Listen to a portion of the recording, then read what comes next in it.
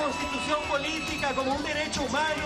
Tanto los comicios en Costa Rica como El Salvador podrían definirse en segunda vuelta y los candidatos de izquierda podrían salir ganadores en ambos países. La razón, los votantes de ambas naciones buscan nuevas alternativas.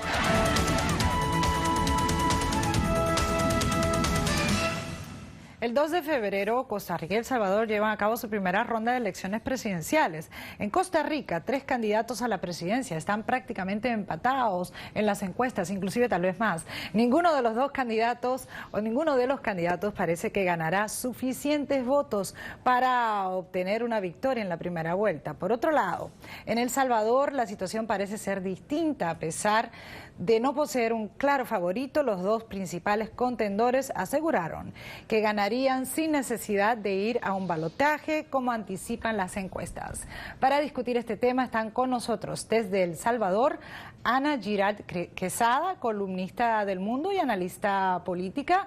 Y aquí en nuestros estudios tenemos a Juan Carlos Hidalgo, analista de políticas públicas de Cato Institute. Y también tenemos a Arlet Bolaños Barquero, miembro del Tribunal Supremo Electoral de Costa Rica. Muchísimas gracias por acompañarnos. Y vamos a empezar con Juan Carlos Hidalgo. ¿Qué nos puedes decir de tu país, de Costa Rica? ¿Cómo se pintan estas elecciones? Realmente hay mucho en juego, ¿no es cierto? Unas elecciones atípicas, yo diría que es la elección más importante en una generación que hemos tenido.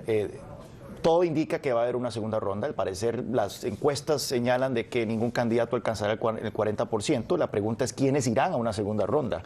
El candidato oficialista, Johnny Araya, aparece arriba en algunas encuestas. Creo yo que tiene un gran chance de entrar a esa segunda ronda, puesto que su partido, Liberación Nacional, es un partido con una gran estructura electoral, una gran maquinaria electoral que probablemente le garantice ese cupo en la segunda ronda. Y bueno, tenemos tres posibles otros contendientes que podrían entrar a esta segunda ronda. Por un lado, José María Villalta, el candidato de izquierda, que ha sido básicamente la sensación de esta campaña política, un muchacho de 38 años que de repente aparece con un solo diputado en la Asamblea Legislativa, que de repente aparece incluso arriba en algunas encuestas. Lo otro es Otto Guevara, el candidato libertario, que es su cuarta ocasión de candidato, que ha venido más o menos ahí en las encuestas. Y bueno, y la sorpresa de las últimas 2 semanas, que ha sido Luis Guillermo Solís, el candidato del Partido de Acción Ciudadana, que pasó de un 5% hace 2 semanas a aparecer, según algunas encuestas, en el segundo lugar. Así que no sabemos, el domingo vamos a enterarnos y probablemente incluso podríamos amanecer el lunes sin tener claro quiénes fueron los candidatos que entraron a esta segunda ronda. Muy competido y una labor difícil, ¿no?, para el Tribunal Supremo Electoral. Arlet Bolaños. Gracias. Pues es una labor como cualquiera otra. Ya el tribunal ha organizado desde 1953 hasta la fecha 16 procesos electorales. Este sería el último, y entonces pues la práctica y la experiencia nos da la tranquilidad de que el proceso por parte del tribunal se va a desarrollar de manera normal, perfecta, todo está programado, incluso la previsión de una eventual segunda ronda. Y no solo para esta ocasión, sino cada proceso presidencial hay previsiones para una segunda vuelta. Hay una máxima en el tema electoral que es reglas claras, resultados totalmente indescriptibles, ¿verdad? Resultados que son, pues dependerá cada uno de la votación que se efectúe. Así que, pues totalmente preparados, e incluso ahora con la experiencia de la primera vez de voto de costarricenses en el extranjero. Por eso está acá, ¿no? ¿No es cierto? Efectivamente, por eso estamos acá. Excelente, y vamos a ver lo que nos dice Ana Giralt Quesada, quien es asesora en comunicaciones, pero también periodista en El Salvador. ¿Qué nos puedes decir en cuanto, Ana, a lo que está pasando en tu país? Un tanto diferente a lo que está pasando Costa Rica. Los candidatos principales dicen o aseguran que van a ganar, cada uno de ellos va a ganar en la primera vuelta. Analistas no están tan claros en cuanto a eso. Bueno, buenos días, un gusto. En realidad, quizá el único candidato que está diciendo que va a ganar en primera vuelta es el candidato del FMLN. Y a diferencia de Costa Rica, El Salvador esta es la segunda vez que la izquierda tiene gran potencial de ganar. Ya sabemos que tenemos actualmente un candidato, un presidente que ganó a través del partido de izquierda, que es el presidente Mauricio Funes. Estas elecciones en El Salvador son históricas, quizá porque es la primera vez desde la firma de los acuerdos de paz, que la derecha, aglutinada en Arena, va a una elección dividida. ¿Dividida a partir de qué? A partir de que cuando hace 5 años Arena perdió las elecciones frente al FMLN, tuvo una crisis interna que generó la expulsión del que fuera presidente en ese momento saliente, que es el presidente Saca, quien hoy, 5 años después, resulta ser el primer presidente de la República o expresidente que busca la reelección y que es abiertamente de derecha y que a través de casi más de un año de campaña electoral ha logrado captar la atención de algunos exmiembros del partido Arena. Entonces, por eso es que posiblemente, según la mayoría de las encuestas, el domingo simplemente tengamos la primera vuelta de un proceso electoral. Sin embargo, el FMLN, quizá por un tema de estrategia de campaña y un tema de estrategia de ¿cómo se llama?, de puro marketing, le está diciendo al electorado, vamos a la primera porque el Frente en cierta forma está confiado de que el voto dividido de la derecha lo favorezca a él. Hay que recordar una cosa, perdona, el voto del FMLN, el voto duro como se le llama, es muy fiel. Es sumamente fiel, es mucho más fiel que el voto de la derecha. Entonces, a eso creo que le está apostando el FMLN. Y no solamente le está apostando, como estabas hablando de algunos analistas, lo que están diciendo, pero veamos lo que dicen observadores. En El Salvador, tanto el candidato presidencial opositor Norman Quijano de Alianza Republicana Nacionalista como su principal contendor de Salvador Sánchez Serén, del gobernante Frente Farabundo Martí para la Liberación Nacional, aseguraron que ganarían, como mencionamos al principio, en una primera vuelta. Para Cristina Eguizábal, de la Fundación Nacional para el Desarrollo, la percepción de fraude en estas elecciones es un factor importante. Veamos. Las posibilidades de fraude son infinitas y América Latina tiene muchísimos ejemplos. Se va la luz, se caen las computadoras, pasan un montón de cosas. Yo espero que no pase, yo realmente espero y creo que pese a todo el Tribunal Supremo de Elecciones va a hacer un buen papel y que al final quede atrás todas las irregularidades o pequeños abusos que ha habido durante la campaña. ¿Qué abusos han habido, Ana, en El Salvador durante la campaña de los que habla la señora Eguizábal? Bueno, creería, solo corríjanme, que la persona que acaba de hablar habló de Costa Rica, ¿verdad? Porque le identifiqué por el acento. En el caso de El Salvador, solo el partido Arena es el único que hace 15 días salió hablando de un posible fraude. Pero esto ocurre siempre antes de una elección. Siempre se habla de fraude.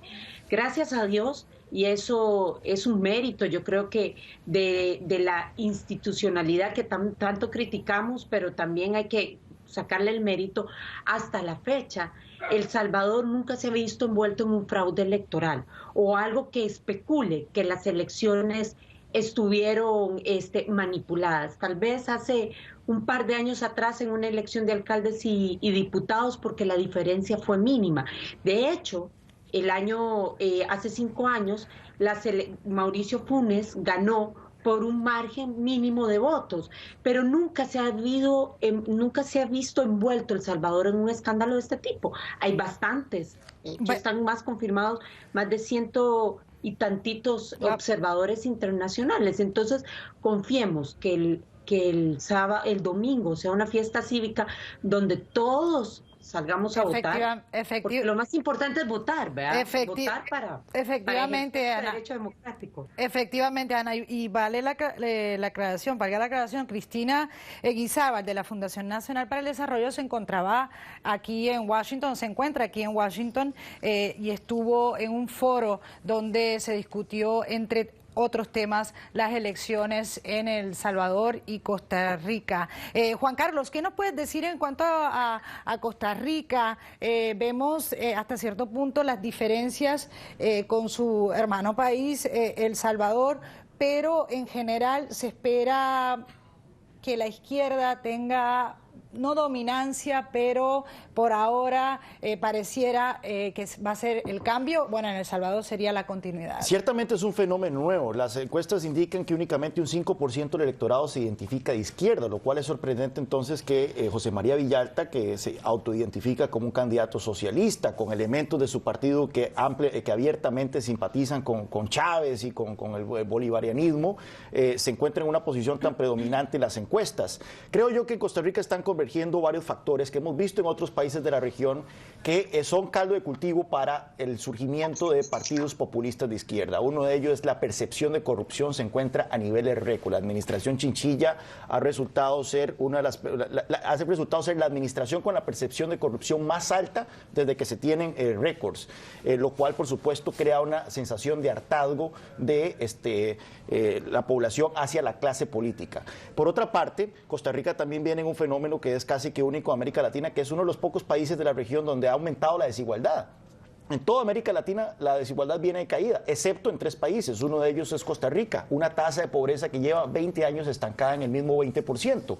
Entonces, esta combinación de estancamiento social con percepción de aumento de la corrupción ha servido para que salgan los Chávez, han servido para que salgan los Correa, y bueno, y en Costa Rica no es la excepción. A pesar de ser una democracia tan madura, vemos a José María Villalta, que si bien él no es un candidato con un perfil autoritario, sí propone muchas de las recetas que han fracasado miserablemente en Venezuela, en Argentina, en Correa, como controles de precios, expropiaciones, revertir tratados de libre comercio, nacionalizaciones y demás. Yo creo que por eso es una elección única y mucho está en juego. Arlet Bolaños, confía en el sistema del cual estaba hablando de Costa Rica, tiene, digamos, por decir, mucho renombre, una alta, buena reputación, el Tribunal Supremo Electoral de Costa Rica.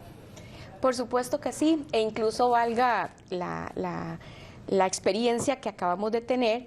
El año pasado, en noviembre, el secretario general del Comité ISO Mundial le entregó certificación de calidad, la hizo al tribunal, y va a ser, después de esta elección, que también se está certificando con la norma electoral de calidad, va a ser el primer país a nivel mundial que se va a certificar. Entonces, un organismo electoral, un Tribunal Supremo de Elecciones como el de Costa Rica, que se anime a acreditarse en calidad como un líder mundial electoral, pues está seguro de que está haciendo las cosas bien y sinceramente se confía en el sistema. Es una de las democracias más antiguas, es centenaria. Nuestra Constitución es desde 1949, desde ahí existe el Tribunal Supremo de Elecciones y ha organizado de manera transparente, limpia, totalmente ajena a cualquier fraude, que es una palabra que está extirpada completamente del sistema costarricense durante todo este tiempo. Así que el sistema garantiza, además, que va a estar vigilado por alrededor de 80.000 agentes electorales, entre observación, fiscalización de partidos políticos. Los miembros de las juntas receptoras de votos son de los partidos políticos. El tribunal es totalmente independiente, es apolítico, su conformación no es por parte ni del Poder Legislativo ni del Ejecutivo, son magistrados, jueces de la República, y la neutralidad y la objetividad del tribunal pues garantiza todo eso también. Y podrían ser, digamos, por decir algo, un ejemplo para algunos países de América Latina. Pero vamos otra vez a Ana para que nos hables un poco, Ana, de El Salvador. En estas elecciones se ha hablado de corrupción del gobierno del presidente Mauricio Funes, solo porque estábamos hablando también de corrupción del gobierno de Chinchilla en Costa Rica. ¿Consideras que eso va a pesar mucho el día que vayan los votantes a las urnas o que va a pesar más los programas sociales que ha tratado de implementar este presidente?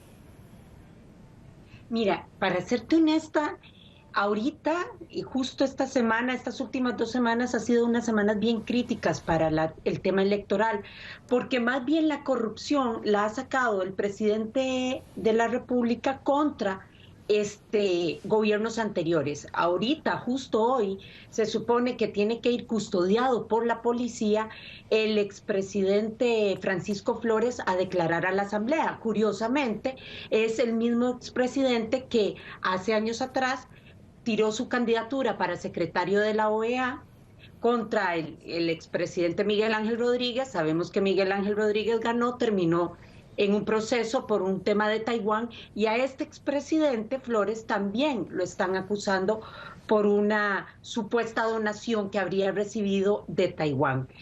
Entonces ahorita la corrupción más bien la está tirando el gobierno actual como para decirle al salvadoreño, si no hubiera cambiado el gobierno, si no hubiera venido la izquierda, todas estas situaciones no se conocerían. ¿Qué pesa contra este gobierno? La delincuencia, un tema sumamente sensible. Las pandillas, las maras, como se les llaman acá, es algo que es una deuda pendiente de este gobierno. Es algo que nos preocupa a todos los que somos papás. ¿Por qué? Porque las pandillas están asediando escuelas, porque las pandillas ahorita están atacando, no importa estrato social. Entonces, eso podría pesar. Sin embargo, para ser franca, el partido Arena, que es el que está abanderado el tema de las pandillas, lo abanderó demasiado tarde. Lo abanderó demasiado tarde porque empezó a hablar de la delincuencia hace 3 semanas. Mientras que el gobierno y el partido FMLN le ha metido muchísimo al tema social. Y aquí hay mucha pobreza. Entonces, es posible que el tema social, a veces uno como ciudadano se acostumbra a vivir con los problemas, y la delincuencia es un problema en el que ya te acostumbras.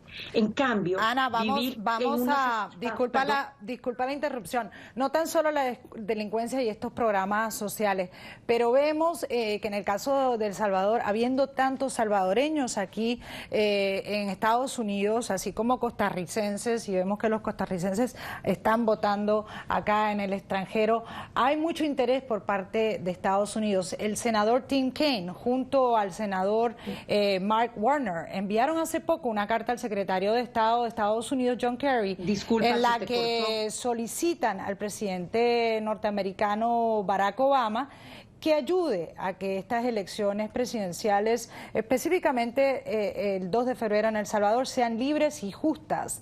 Los senadores destacan el avance que ha tenido el proceso electoral en ese país. Para Kaine, el resultado es muy importante para Estados Unidos. Veamos. Vamos a trabajar con el ganador de cualquier partido, es importante decir eso, porque tenemos muchos asuntos de interés en comercio y peleando contra tráfico de drogas, y la relación entre El Salvador y los Estados Unidos es muy importante a nosotros. Y no tan solo para Estados Unidos es importante estas elecciones en El Salvador, pero también son las de Costa Rica, ¿no es cierto, Juan Carlos? Vemos aquí foros que van a estar discutiendo, y es porque está también el asunto de la inseguridad ciudadana, como mencionaba Ana, pero también de la economía y los tratados con Estados Unidos. En el caso de El Salvador es una elección importante porque efectivamente tenemos un gobierno de izquierda, Mauricio Funes como presidente, pero recordemos que Mauricio Funes no fue miembro activo del FMLN, de hecho fue reclutado por el FMLN poco antes de las elecciones, y ha gobernado de una manera muy independiente de su partido. Ha dejado que su partido controle ciertas carteras del gobierno, especialmente las ayudas sociales, donde el FMLN ha tratado de crear clientelas políticas para que les paguen esta elección. Sin embargo, a Salvador Sánchez Serén, que es su vicepresidente, sí pertenece a esa ala dura bolivariana del FMLN, y por lo tanto su elección marcaría eventualmente que El Salvador podría entonces incorporarse de lleno, ahora sí, a la columna del ALBA, de los países del ALBA. Norman Quijano, exalcalde de San Salvador, pertenece a un ala municipalista de la Arena, no es el ala tecnocrática que gobernó por muchísimos años ese país y que implementó reformas bastante dramáticas en materia económica. Así que es una elección donde no hay candidato bueno, básicamente. Esa es la percepción que oigo de mis amigos salvadoreños, donde hay mucho desánimo por parte de mucha gente porque los candidatos no ofrecen una opción moderna, no ofrecen una opción de cambio bueno para un país que ha experimentado un estancamiento económico en los últimos 6 o 7 años. Bueno, y con esas palabras, lamentablemente por ahora nos quedamos sin tiempo para seguir discutiendo estas elecciones, estos comicios en El Salvador y en Costa Rica el 2 de febrero. Le agradecemos a Ana Giral Quesada, a Juan Carlos Hidalgo y a Arlet Bolaños Barquero por haber estado con nosotros aquí en Foro Interamericano. A nuestros televidentes, no se retiren, ya regresamos.